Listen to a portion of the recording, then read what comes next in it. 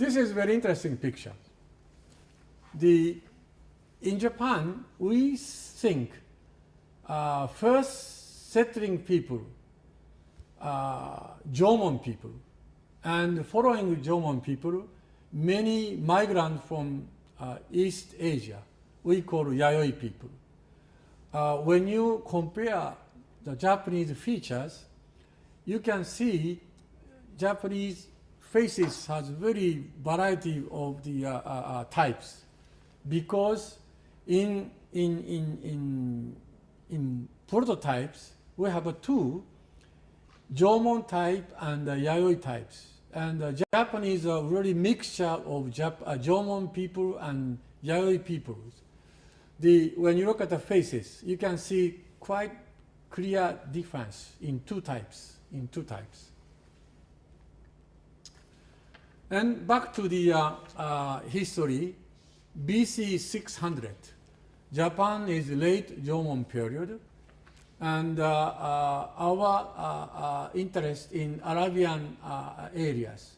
Arabian areas are still nomad countries, but the Tigris Euphrates, there were great civilization, as well as Egypt, and also Greeks, and also China, and to a certain degree India. Those are the civilization centers. And then AD 1, Japan became a Yayoi period, and Roman Empire established a very strong influence around entire Europe. And then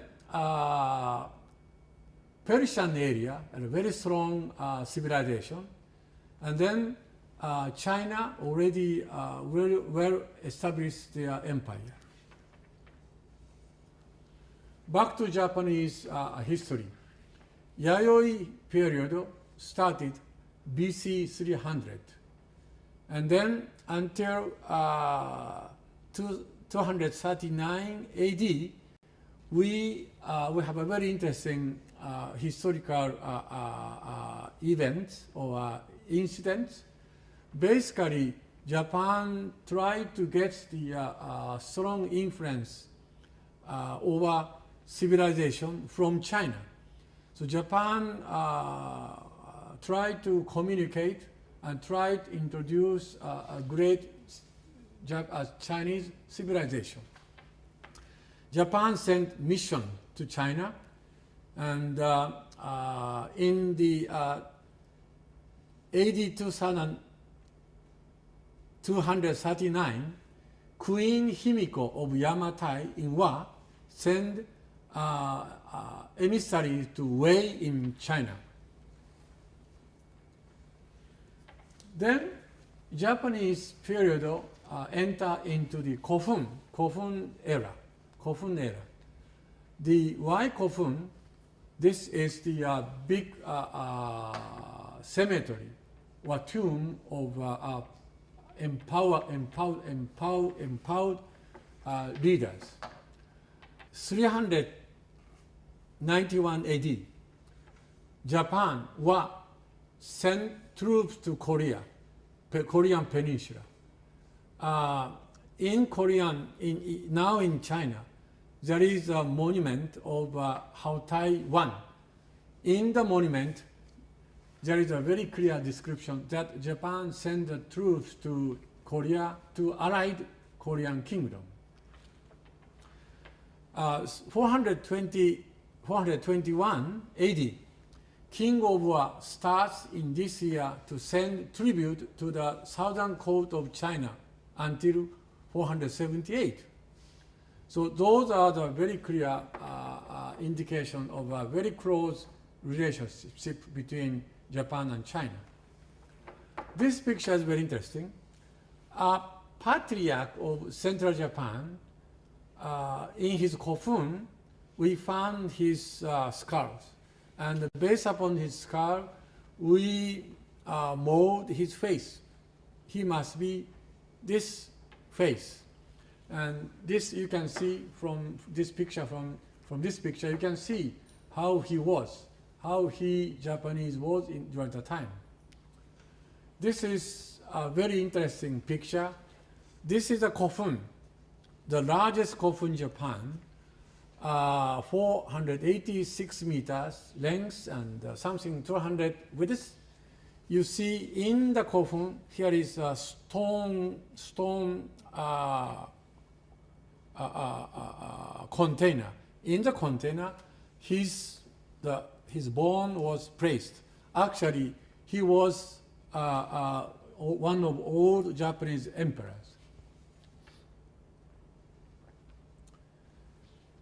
Back to Japanese map again. During this period, Yayoi and Kofun period, political centers around Nara, Asuka, and Osaka. Those areas are political centers.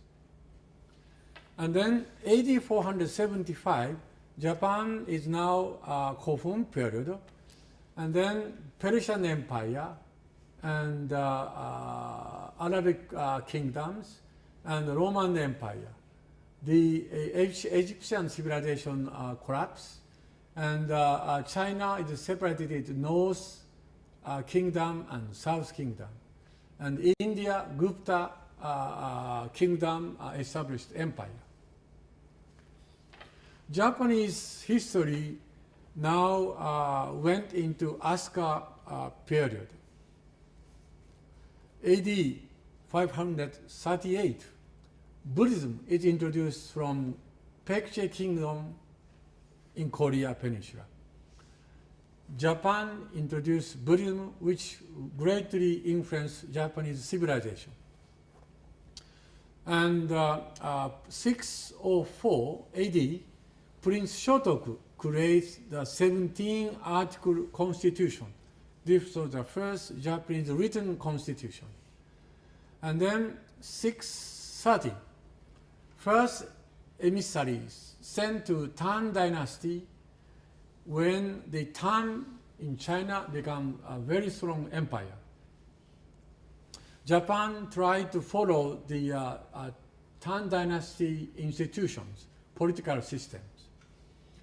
And then Japan sent troops to South Korea to support Paekche Kingdom, and the Japanese and the Paekche allied fought against Tang and the Silla troops. In the end, Tang and the Silla allied defeated Japan and the Paekche armies. The 701, the completion of a Taifo Ritsuryo Code, which means the Japan became more law regulation established countries. And this was a very important reform of Japan. So the Asuka era, we call the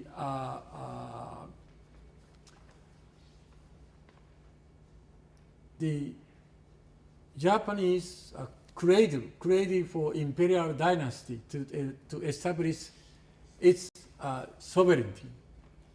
And Buddhism was brought from China. So those are the very important